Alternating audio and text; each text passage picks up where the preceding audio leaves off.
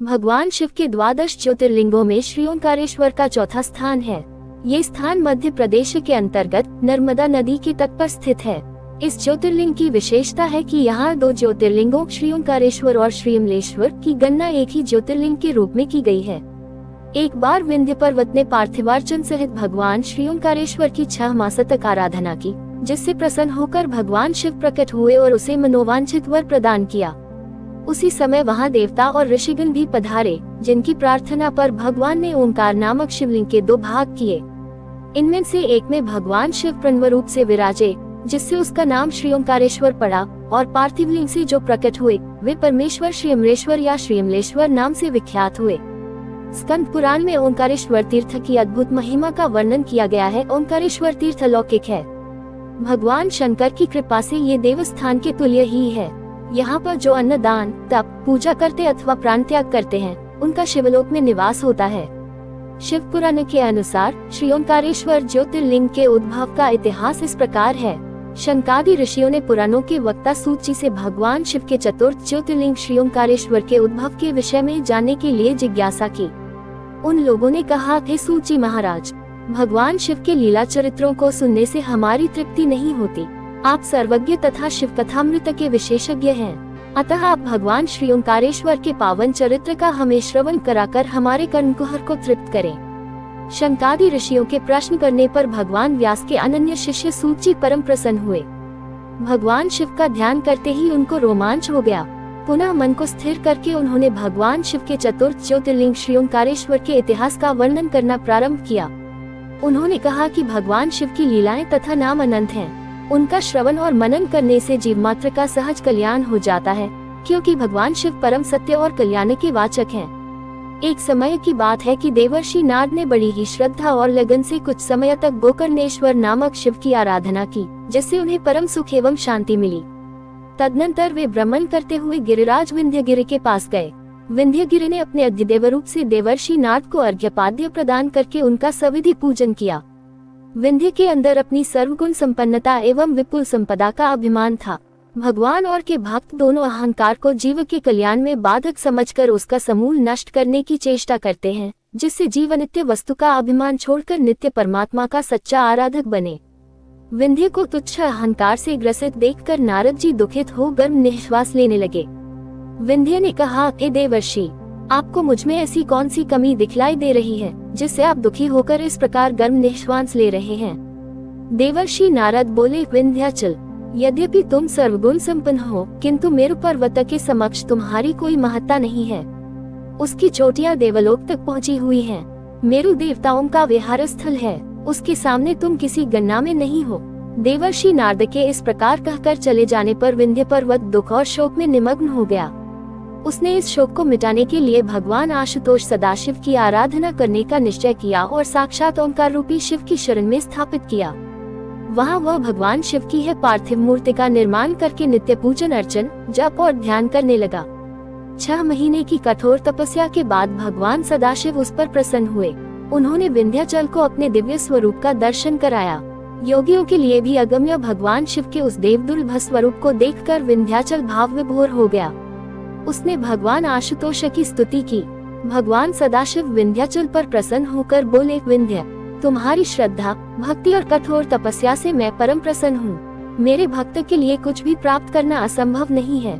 मैं अपने भक्तों की सभी कामनाओं उनको सहज ही पूर्ण कर देता हूँ। इसलिए तुम्हारी जो भी इच्छा हो, मुझसे वह मानकर संतुष्ट हो जाओ। विंध्य ने कहा, हे महेश्वर, यदि आप मेरी आराधना से संतुष्ट और प्रसन्न हैं, तो मुझे संपूर्ण कार्य के लिए सिद्धि प्रदायिनी सद्बुद्धि प्रदान करके मुझ पर अनुग्रह करें। भगवान शिव बोले, पर्वतराज, तुम्हें मैं वो उत्तम बुद्धि प्रदान करता हूँ, जिसके द्वारा तुम्हारे सभी कार्य सहज ही सिद्ध हो जाएंगे। तुम्हारा कल्याण हो। जिस समय भगवान शिव विंध्य के समक्ष प्रकट हुए, उसी समय देवगण एवं विशुद्ध चित्त वाले अनेक महात्मा वहाँ पधारे।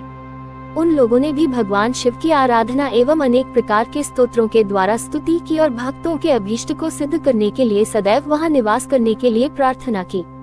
भगवान शिव ने प्रसन्नता पूर्वक उनके अनुरोध को स्वीकार कर लिया और भगवान शिव तभी से वहाँ ज्योतिर्लिंग के रूप में स्थित हो गए। वहाँ स्थित श्री ओंकारेश्वर लिंग 2 स्वरूपों में विभक्त हो गया। प्रणव के अंतर्गत जो सदाशिव विद्यमान हुए वे ओंकारेश्वर नाम से प्रसिद्ध हुए। विंध्याचल के द्वारा पूजित पार्थिव मूर्ति से जो ज्योति प्रकट हुई वह परमेश्वर या अमलेश्वर नाम से विख्यात हुई।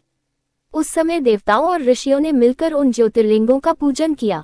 भगवान वृषभ ध्वज ने प्रसन्न होकर उन लोगों को अनेक वर प्रदान किया। इस प्रकार श्री ओंकारेश्वर और श्री परमेश्वर दोनों ज्योतिर्लिंगों का पूजन भक्तों को मनोवांछित सिद्धि प्रदान करता है।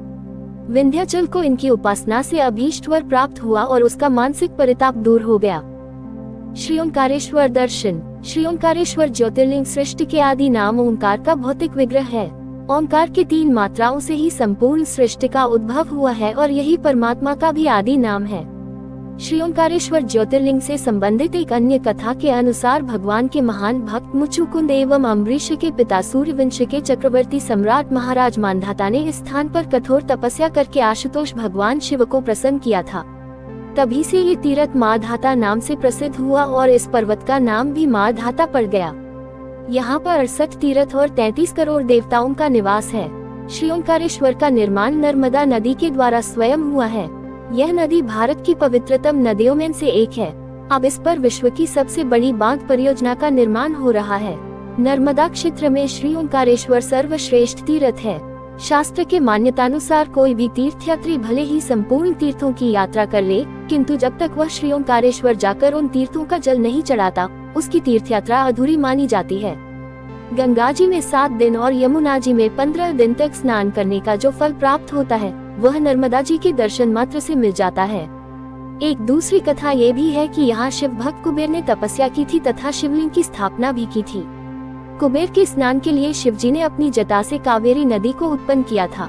यह नदी कुबेर मंदिर के बगल से होकर नर्मदा जी में मिलती है, जिसे छोटी परिक्रमा करने वाले भक्त प्रत्यक्ष देख सकते हैं। यही कावेरी ओंकार पर्वत का चक्कर लगाती हुई संगम पर नर्मदा जी में मिलती है। इसे ही नर्मदा कावेरी संगम कहते हैं। इस मंदिर पर प्रतिवर्ष कार्तिक कृष्ण द्वादशी की रात्रि को ज्वार चढ़ाने तथा रात्रि जागरण का विशेष महत्व है। धनतेरस को सुबह 4 बजे शिव जी का अभिषेक पूजन होता है। इसके बाद कुबेर महालक्ष्मी का महायज्ञ होता है, जिसमें कई जोड़े बैठते हैं। धनतेरस के दिन कुबेर महालक्ष्मी का महायज्ञ नर्मदा जी के तट एवं श्री ओंकारेश्वर तीर्थ में करना विशेष फलदायी होता है। इस महायज्ञ में लक्ष्मी वृद्धि पैकेट वितरण होता है, जिसे दीपावली की रात्रि को घर में धन रखने के स्थान पर विधि पूर्वक रखने से प्रचुर धन संपत्ति के साथ सुख शांति आती है। इस अवसर पर यहाँ हजारों भक्त आते हैं। श्री ओंकारेश्वर लिंग गड़ा हुआ नहीं है, प्राकृतिक रूप में है। इसके चारों ओर जल भरा रहता है। इस लिंग की एक विशेषता ये भी है कि यह मंदिर के गुंबज के नीचे नहीं है। मंदिर का द्वार छोटा है, ऐसा लगता है जैसे गुफा में जा रहे हों। मंदिर में 2 कोठरियों से होकर जाना पड़ता है। भीतर में अंधेरा रहने के कारण बराबर दीपक जलता रहता है। पास में ही पार्वती जी की मूर्ति है। मंदिर के हाथे में पंचमुख गणेश जी की मूर्ति है। श्री ओंकारेश्वर मंदिर में सीढ़ियां चढ़कर दूसरी मंजिल पर जाने पर महाकालेश्वर लिंग मूर्ति के दर्शन होते हैं। यह मूर्ति शिखर के नीचे है। तीसरी मंजिल पर वैद्यनाथेश्वर लिंग मूर्ति है। ये भी शिखर से नीचे है। माधाता टापू में ही श्री ओंकारेश्वर की 2 परिक्रमाएं होती है, एक छोटी और एक बड़ी। श्री ओंकारेश्वर जी की परिक्रमा में श्री रामेश्वर मंदिर तथा गौरी सोमनाथ के दर्शन हो जाते हैं। श्री ओंकारेश्वर मंदिर के पास अविमुक्तेश्वर, ज्वालेश्वर, केदारेश्वर आदि कई मंदिर हैं। नौका के द्वारा नर्मदा जी को पार करके माधाता द्वीप पहुंचा जा सकता है। वहां पक्के घाट बने हुए हैं। घाट के पास नर्मदा जी में कोट तीर्थ या चक्र तीर्थ माना जाता है। यही स्नान करके यात्री सीढ़ियों के ऊपर चढ़कर श्री ओंकारेश्वर मंदिर में दर्शन करने के लिए जाते हैं। नर्मदा तट पर ही मंदिर कुछ ऊंचाई पर है। यहाँ के अधिकांश मंदिर पेशवाओं के बनवाए हुए हैं। मांधाता पर्वत का आकार प्रणव से मिलता जुलता है। इसका क्षेत्रफल लगभग 1.5 वर्ग किलोमीटर है। इस पर्वत को लोग ओंकार रूप मानकर इसकी परिक्रमा करते हैं। परिक्रमा में और भी कई मंदिर आते हैं, जिसके कारण इस पर्वत का दृश्य साक्षात ओंकार रूप दिखता है। ओको में चंद्रबिंदु का जो स्थान है, वही स्थान इस पर्वत पर बने श्री ओंकारेश्वर मंदिर का है। श्री ओंकारेश्वर मंदिर में लोग चने की दाल चढ़ाते हैं। यात्रियों को श्री ओंकारेश्वर की रात्रि शयन आरती का दर्शन अवश्य करना चाहिए। श्री ओंकारेश्वर मंदिर प्रातः 4 बजे से रात्रि 11 बजे तक यात्रियों के दर्शन के लिए खुला रहता है। पैदल यात्रा करने से बीच में एक खड़ी पहाड़ी मिलती है। कहते हैं कि पहले कुछ लोग सदियों मुक्ति की अभिलाषा से इस पहाड़ी से नदी में कूदकर प्राण दे देते थे। इस प्राणनाश की प्रथा को भृगुपतन कहते थे। सन 1824 ईस्वी में अंग्रेज सरकार ने सती प्रथा की भांति इस प्राणनाशक प्रथा को भी बंद करा दिया। कार्तिकी पूर्णिमा को इस स्थान पर बड़ा भारी मेला लगता है।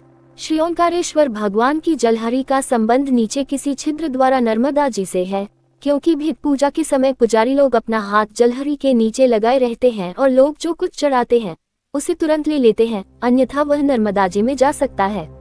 श्री ओंकारेश्वर रोड से श्री ओंकारेश्वर जाने का मार्ग सघन वृक्षावली से घिरा हुआ होने के कारण काफी ठंडा रहता है। रोड के दोनों ओर के पेड़ नर्मदा तक चले गए हैं। नर्मदा के किनारे पर दो छोटी छोटी पहाड़ियां हैं, जिन्हें विष्णुपुरी और ब्रह्मपुरी कहते हैं। ब्रह्मपुरी और विष्णुपुरी में पक्के घाट बने हुए हैं और कई मंदिर तथा आश्रम हैं। बहुत से लोग श्री ओंकारेश्वर की परिक्रमा नाव पर ही करते हैं। सोमवार के दिन श्री ओंकारेश्वर की पंचमुखी स्वर्ण प्रतिमा जल विहार के लिए नाव पर घुमाई जाती है। ये स्थान स्वास्थ्य के लिए भी बहुत हितकर बताया जाता है। श्री ओंकारेश्वर की यात्रा 3 दिन की मानी जाती है। इन 3 दिन की यात्रा में यहाँ के सभी तीर्थ आ जाते हैं। प्रथम दिन की यात्रा को तीर्थ पर स्नान और घाट पर ही कोटेश्वर, हाटकेश्वर, त्रयंबकेश्वर, गायत्रीश्वर, गोविंदेश्वर, सावित्रीश्वर का दर्शन करके भूरीश्वर, श्रीकालिका तथा पंचमुख गणपति का एवं नंदी का दर्शन करते हुए श्री ओंकारेश्वर जी का दर्शन करें।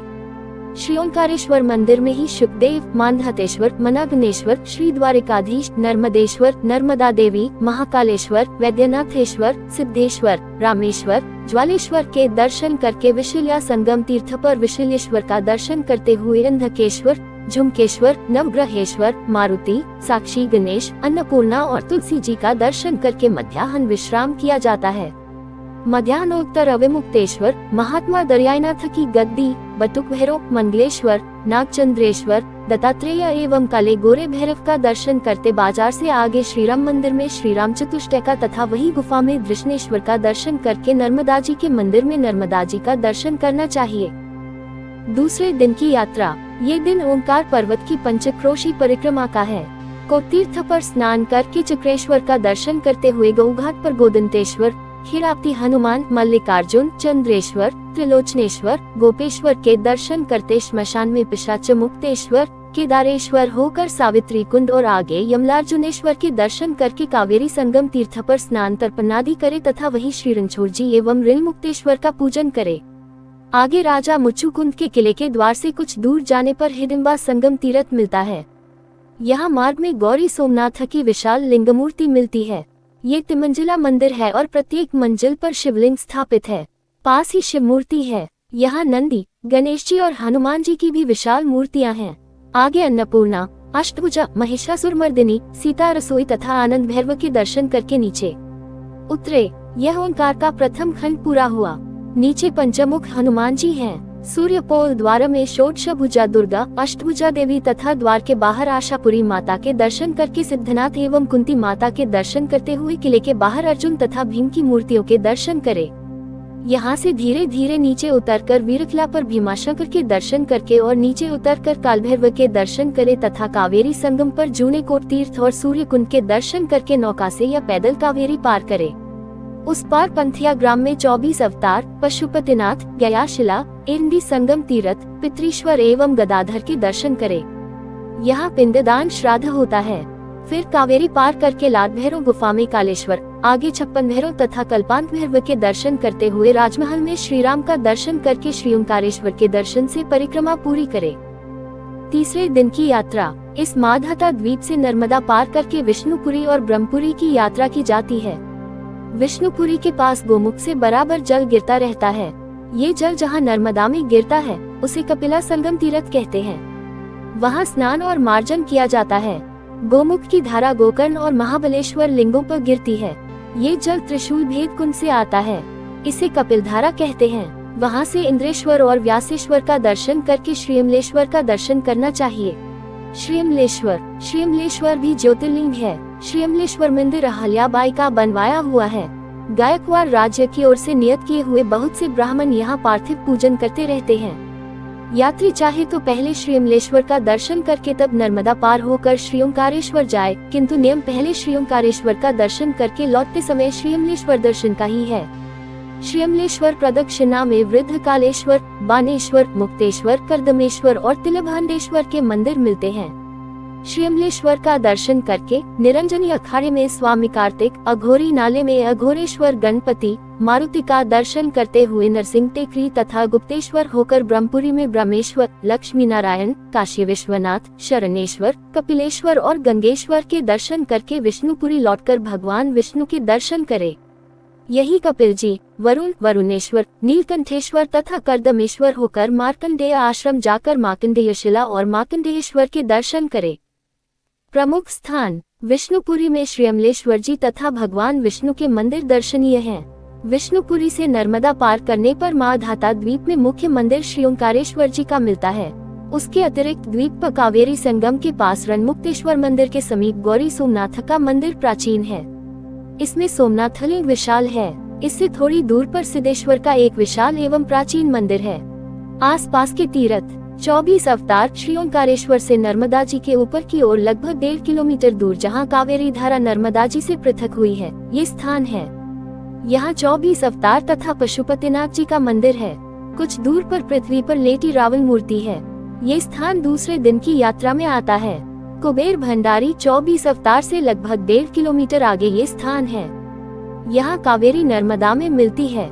नर्मदा के दक्षिण तट पर कावेरी संगम पर शंकर जी का प्राचीन मंदिर है। कहते हैं यहाँ कुबेर ने तपस्या की थी, इसी से ये शिव मंदिर कुबेरेश्वर मंदिर कहा जाता है। कावेरी संगम से 4 किलोमीटर पश्चिम च्यवनाश्रम है। सातमात्रा कुबेर भंडारी से लगभग 5 किलोमीटर दूर यह स्थान नर्मदा के दक्षिण तट पर है। श्री ओंकारेश्वर से यात्री प्रायः यहाँ नौका से आते हैं। यहाँ वाराही, चामुंडा, ब्रह्मानी, वैष्णवी, इंद्रानी, कौमारी और माहेश्वरी इन सप्तमात्रिकाओं के मंदिर हैं। सीतावटिका ये स्थान सातमात्रा से लगभग 11 किलोमीटर दूर नर्मदा जी के उत्तर तट से लगभग 5 किलोमीटर दूर है। कहा जाता है यहाँ महर्षि वाल्मीकि का आश्रम था। यही श्री जानकी जी ने निवास किया था। यहाँ 64 योगिनियों और 52 भैरवों की विशाल मूर्तियाँ हैं। पास में सीता कुंड, राम कुंड और लक्ष्मण कुंड हैं। इति श्री ओंकारेश्वर महात्म्य समाप्त।